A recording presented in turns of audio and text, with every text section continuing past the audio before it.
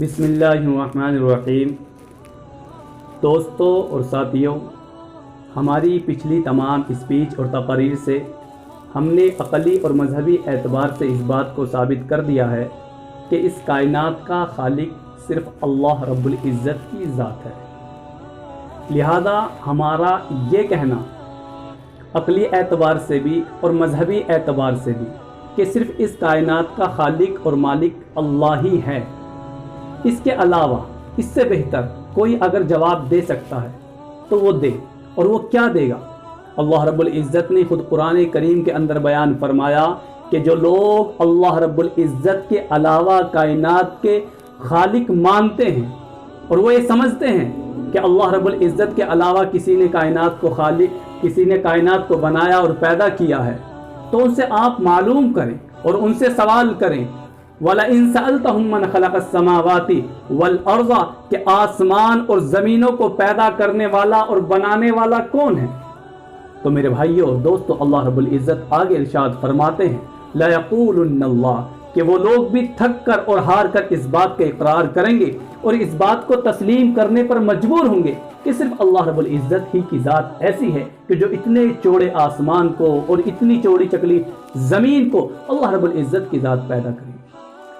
امن خلق السماوات والارض وانزل لكم من السماء ماء فانبتنا به حدائق ذات بہجہ۔ اللہ رب العزت نے شکوہ کیا ہے کہ جو لوگ اللہ کے خالق ہونے کے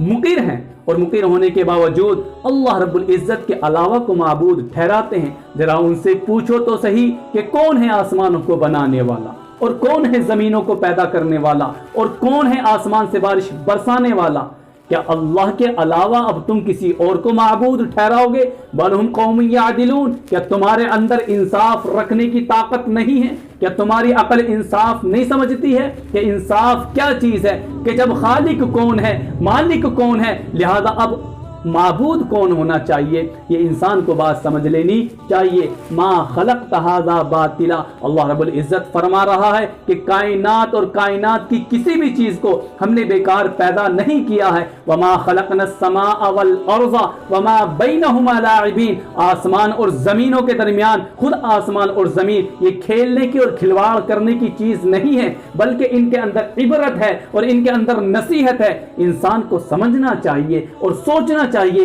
غور و فکر کرنا چاہیے کہ اتنی بڑے آسمان اور اتنی بڑی زمین کا جب خالق اللہ رب العزت ہے، لہذا پوجا اور عبادت اس کی کرنی چاہیے۔ اب رہا یہ سوال کہ اللہ رب العزت نے اس کائنات کو اور کائنات کی تمام اشیاء کو کیوں پیدا کیا ہے؟ لہذا اس سوال کا جواب بھی کوئی عقل مند انسان یا کوئی دانش مند انسان یا کوئی سائنس پڑھنے والا یا کوئی جغرافیہ پڑھنے والا اس کا جواب بہترین ہو بہو اور صحیح انداز میں نہیں پیش کر سکتا۔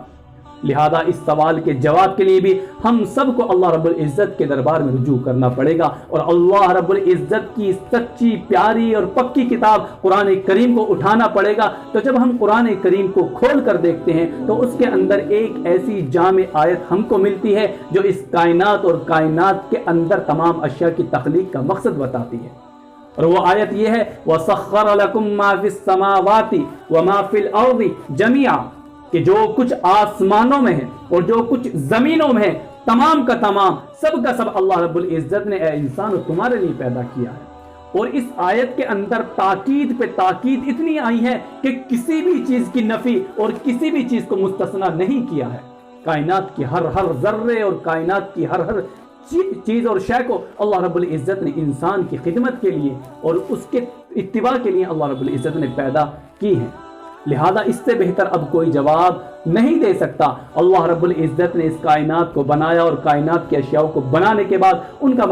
مقصد تخلیق انسانوں کو بتا دیا ہے اور بول دیا ہے کہ ان تمام چیزوں کو اللہ رب العزت نے تمہارے نفع رسانی کے لیے بھیجا۔ لہذا اب اگر کوئی اس پر بھی اشکال کرے اور اعتراض کرے کہ دنیا کے اندر ہم دیکھتے ہیں کہ بہت ساری چیزیں ایسی ہیں جو انسان کے لیے نفع بخش نہیں بلکہ نقصان دہ ہیں، جیسے کہ زہر ہے،